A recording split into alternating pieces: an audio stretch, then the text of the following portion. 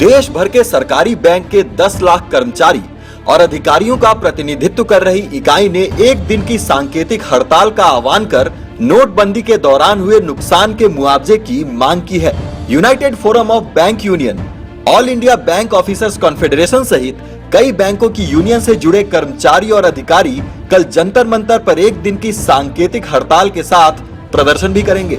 All India Punjab national bank officer association के महासचिव ने कहा कि देश भर के सरकारी बैंकों में कर्मचारी और अधिकारियों की संख्या बेहद कम है, जिसकी वजह से बैंकों के कर्मचारियों पर काम का भारी दबाव और तनाव है। नोटबंदी के दौरान बैंकों ने 12 बजे रात तक भी काम किया और इस अतिरिक्त काम और नुकसान का मुआवजा भी सरकार को देना चाहिए।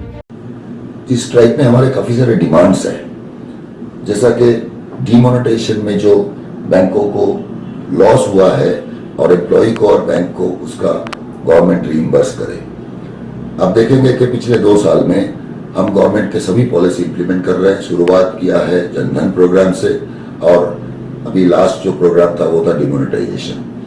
हर चीज में in between APY, stand up India, 2 insurance scheme थे और मुद्रा लोन, ये हम पूरे साल भर ये करते रहते हैं। इससे हमें कोई तकलीफ नहीं है, क्योंकि गवर्नमेंट ओनर है तो गवर्नमेंट का पॉलिसी हमें इंप्लीमेंट करना है और हम ये चाहते हैं कि ये गवर्नमेंट तय करे कि हमें पब्लिक सेक्टर बैंक को कमर्शियल बैंक बताए कि सोशल बैंक बताए। हम पूरे साल सोशल काम करते रहते हैं, गवर्नमेंट के स्कीम को इंप्लीमेंट करते हैं। जब हमारा मांग आता है, कोई डिमांड आता है, वेज रिविजन की बात आती है, तब गवर्नमेंट को याद आता है कि कमर्शियल बैंक है, आपका पेइंग कैपेसिटी की बात आता है, हमें कंपेयर किया जाता है कि प्राइवेट बैंक के साथ। जनधन योजना में करीब 96% से ऊपर अकाउंट्स पब्लिक सेक्टर बैंकों ने खुली हैं। तो ऐसे बहुत सारे जो चीजें हैं, outsourcing of job is one issue that हम अपोज कर रहे हैं कि जो मेन जॉब्स है बैंक में, जो कोर सेक्टर की, कोर बैंकिंग की जॉब है, उसको आउटसोर्स ना किया जाए। फॉर एग्जाम्पल, अभी एक दिल्ली के ATM में एक बैंक का अपने फर्जी नोट निकला, चिल्ड्रन बैंक, सभी प्रेस ने रिपोर्ट किया है। ये नहीं होता शायद अगर ये आउटसोर्स नहीं होता। और देश में इतने बड़े पैमाने पे अनएम्प्लॉयमेंट है और बैंकों में इतने सारे वैकेंसीज है, उसमें रिक्रूटमेंट बड़ी ताकत से होनी चाहिए, काफी नंबर पे होनी चाहिए। ये भी हमारा एक डिमांड है। नोटबंदी के दौरान किए गए अतिरिक्त काम और नुकसान के हर्जाने के साथ साथ इनकी और भी कई मांगे हैं, जिनको लेकर ये 28 फरवरी को सरकार को ज्ञापन सौंपेंगे। हम काफी सारे और भी इश्यूज पे डिमांड पे ये स्ट्राइक पे जा रहे हैं। जैसा कि मैंने पहले ही कहा कि हमें कमर्शियल बैंक या सोशल बैंक का दर्जा कौन सा देना चाहिए, गवर्नमेंट को सोचना चाहिए।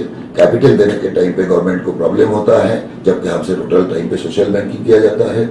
आप वैसा देखिए कि हम गवर्नमेंट बैंक है, लेकिन जब सुपर एनुएशन की बेनिफिट आती है तब अगेन हमें मतलब क्या माना जाता है किसी को पता नहीं है, क्योंकि गवर्नमेंट में 20 लाख का सीलिंग बना दिया है ग्रेच्युटी के लिए। हमारा वो मांग है कि वो हमारे लिए भी लागू किया जाए।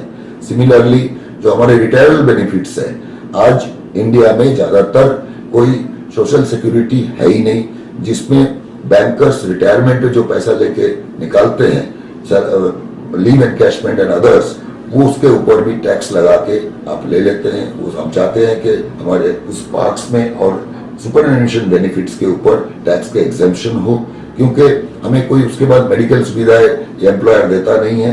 सिमिलरली हमारा जो वेज रिविजन है वो हमारा अगला 1 नवंबर 2017 से लागू करना है और उसमें हम चाहते हैं कि कार्रवाई करे, गवर्नमेंट IBA को कहे कि ये डिस्कशंस चालू करे और नेगोशिएशन इन टाइम कंप्लीट करे और उसमें वेज डिविजन को लागू किया जाए।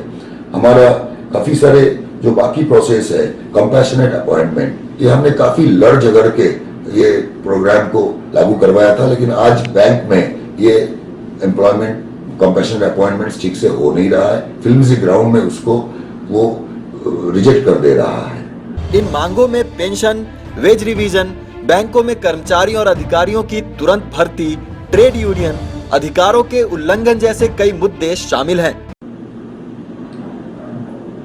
आज डिमोनेटाइजेशन के बाद गवर्नमेंट कहता है कि डिजिटलाइजेशन की टाइम है। जब बड़े पैमाने पे डिजिटलाइजेशन हो रहा है और बहुत सारे साधन है कस्टमर के पास, आज बहुत सारे ऑल्टरनेट चैनल्स अवेलेबल है। तो बैंक के कॉस्ट को रिड्यूस करने के लिए हमारा मांग है कि 5 डेज बैंकिंग होना चाहिए। इससे पूरे विश्व में 5 डेज बैंकिंग होता है, तो हमारे यहाँ 5 डेज बैंकिंग होने से एक तो जो स्ट्रेस लेवल पे आज ऑफिसर्स और एम्प्लॉइज काम करते हैं उसमें इम्प्रूवमेंट आएगा, और दूसरा जो है कॉस्ट कटिंग होगा, क्योंकि आज आम जनता के पास बहुत सारे चैनल है बैंकिंग सुविधाएं मिलने के लिए।